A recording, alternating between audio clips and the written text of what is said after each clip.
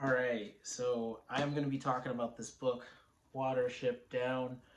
Just an overview of the channel, real quick. So I just kind of decided to create this because I'm on break and I've just been reading more this year with the pandemic and everything, and I thought I just really wanted to talk about books.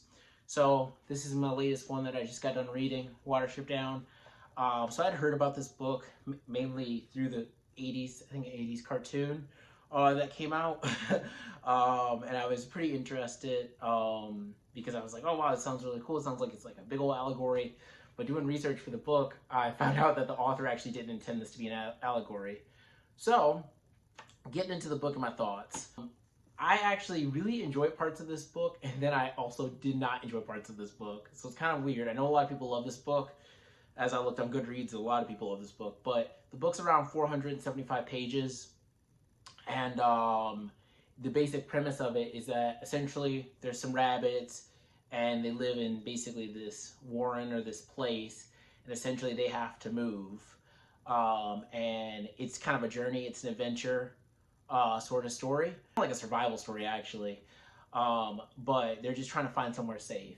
And along the way, just, stuff ensues, problems, friends, things like that. Overall thoughts on this book is that, like, the writing style is really good. It's really clean and crisp, and everything's done very well and described extremely well. For me personally, I really actually enjoy more concise descriptions. Some people, I know that they would love this book just because it's super descriptive. But for me, that was like actually a downside, because there are points in the book where they're describing the forest and the countryside, and it's very descriptive, and that's great, but I feel like it kind of belabors the point and goes on a bit long. Um, but I can see some people loving that because you get a vivid picture of everything that's occurring here. But for me, that did slow things down. The book is separated into four parts, essentially. And there are parts that I found extremely exciting, mainly when the rabbits are meeting, other groups of rabbits. I almost said tribes, but mainly when they're meeting other groups of rabbits is probably when it's the most interesting, and learning how like their way of life is different than maybe the way of life of another group of rabbits that they just met. But without going in, I guess, like spoilers, I'll say that this book is like a really great book for someone that's looking for something that's like, it's hard because I want to call it this fantasy, but it's a pretty down to earth story if you take away the fact that obviously the rabbits are kind of humanized. But if you're looking for a book that involves like a little bit of fantasy, adventure, and kind of like the stress of surviving, I think this is a great book for you. For me, I don't think I would actually read this again. I felt like it was just too long, to be honest. I feel like if this book was cut in half and was shorter, then it would have been a lot better and concise and lean. I feel like, although this book is separated into four parts, my main issues really deal with, I don't think everything needed to be there. And I think that this could have been a much shorter story and have been much better for it. A lot of the length of this book is taken up by, honestly, the rabbits going from point A to point B.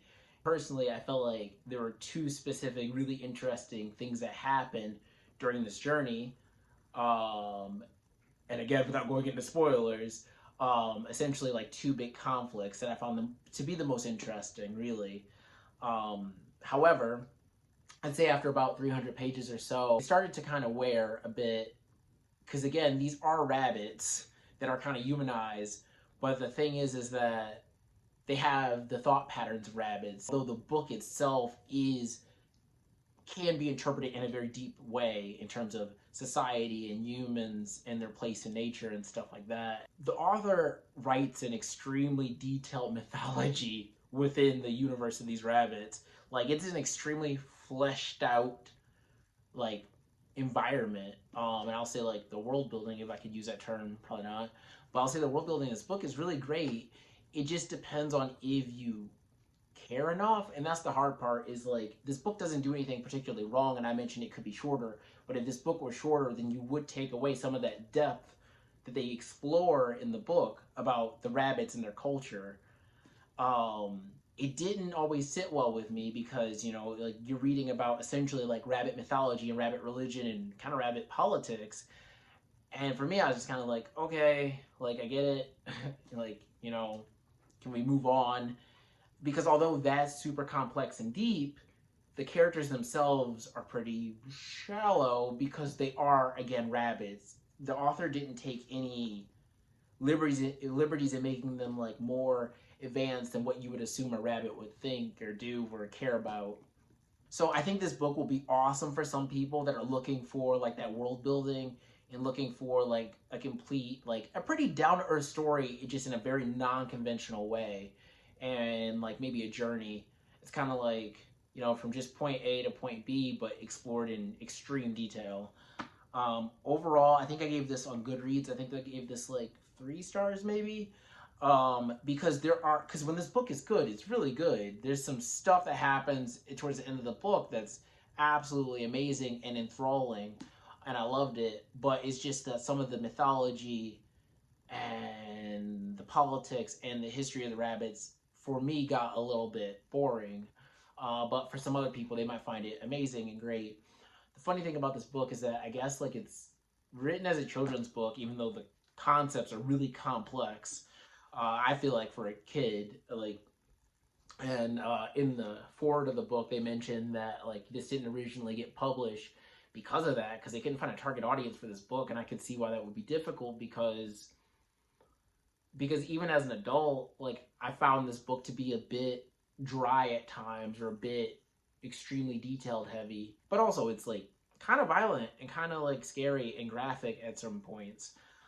But if you're looking for something different to read, I recommend checking this out and then maybe checking out the cartoon.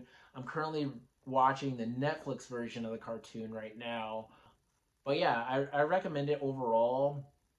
I'll say like honestly, I would probably give this about a like again, Goodreads doesn't allow you to do like half stars, which is unfortunate. But I feel like 3 stars is appropriate actually. Just because when the book's good, it's really good. It's just that for me, like I found it to be really dull at times. But based off of what everybody else said in Goodreads, a lot of people did not find this book to be dull.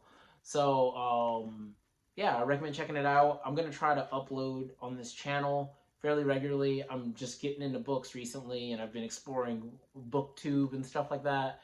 Uh, so I'm hoping that like this is like a new thing and a new hobby. Please subscribe or comment. I'd love to talk to you all who's ever watching this about books and about what I'm reading.